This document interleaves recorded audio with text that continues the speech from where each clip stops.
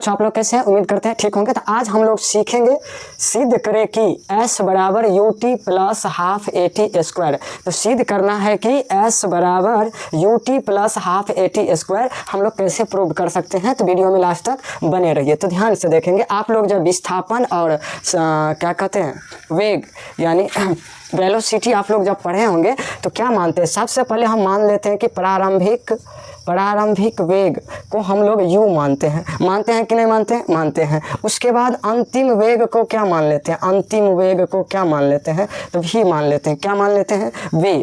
तो अब यहाँ से हम लोग जब प्रारंभिक वेग को u और अंतिम वेग को v मानते हैं तो एवरेज वेलोसिटी क्या होगा, यानी औसत जो वेग होगा वो कितने के बराबर? तो लिखेंगे एवरेज वेलोसिटी बराबर प्रारंभिक वेग प्लस अंतिम वेग बटे कितना 2 कर देंगे। यहाँ से आप लोगों को कोई दिक्कत नहीं। चलिए इसके बाद एवरेज वेलोसिटी बराबर क्या लिखेंगे? u प्लस ए टी लिखेंगे। u प्लस ए टी अब बाई कितना करेंगे 2।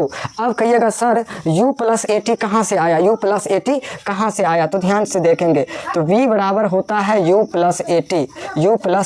तो ये याद रखेंगे v बराबर कितना होता है? u plus A T.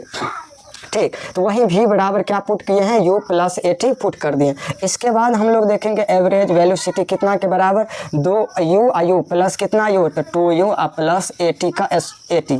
अब बाई कितना करेंगे 2 करना है। बाई कितना करना है 2। यहाँ तक कोई दिक्कत नहीं। चलिए इससे आगे हम लोग वेग बराबर क्या होता है? तो विस्थापन बटे समय। तो विस्थापन क्या होता है? एक तरह से दूरी है। क्या है? दूरी। तो हम लोग कह सकते हैं कि एवरेज वेलोसिटी बराबर s अपॉन टी लिखते हैं। एवरेज वेलोसिटी बराबर s अपॉन टी लिख लेते हैं। यहाँ से एवरेज वेलोसिटी बराबर s अपॉन टी। तो एवरेज वेलोसिटी के स्थान पे s अपॉन टी रखना है, तो s अपॉन टी रख दिए। चलिए आगे हम लोग यहाँ बनाने का प्रयास करते हैं। तो एवरेज वेलोसिटी यानी s अपॉन टी रख दिए। इसके बाद क्या है 2u, क्या है 2u plus A T upon कितना करेंगे 2, अपॉन कितना करेंगे 2। यहाँ से कोई दिक्कत नहीं।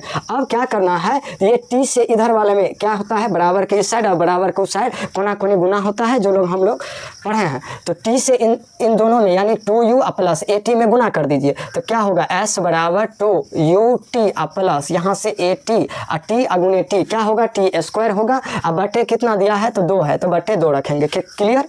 ठीक। इसके बाद हम लोग क्या करते हैं, तो s बराबर 2u T plus A T का स्क्वायर बटे इसके बटे अलग 2 रखते हैं, इसके बटे अलग 2 रखते हैं। जब दो संख्या को यानी जब 2 भिन्न संख्या को इकट्ठा करेंगे तो उसको हम फिर अलग कर सकते हैं। तो दोनों के बटे अलग अलग 2 कर देंगे। यहाँ से 2 और 2 क्या हो गया?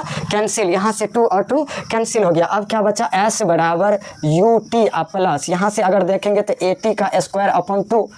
तो s बराबर क्या होगा? u टी प्लस ये अगर ए टी के गुणा में अगर देखें गुणांक में तो 1 गुणा में रहता है ना, तो रहता है तो 1 अपॉन 2 अब बाय ए टी का स्क्वायर। तो यहाँ से सिद्ध हुआ कि नहीं हुआ? क्या बोलता है सिद्ध करने? s बराबर U T plus half A T का स्क्वायर। तो यहाँ सिद्ध हुआ s बराबर U T plus half A T का स्क्वायर। अगर आपको यह वीडियो अच्छा लगा हो तो लाइक फॉलो और शेयर जरूर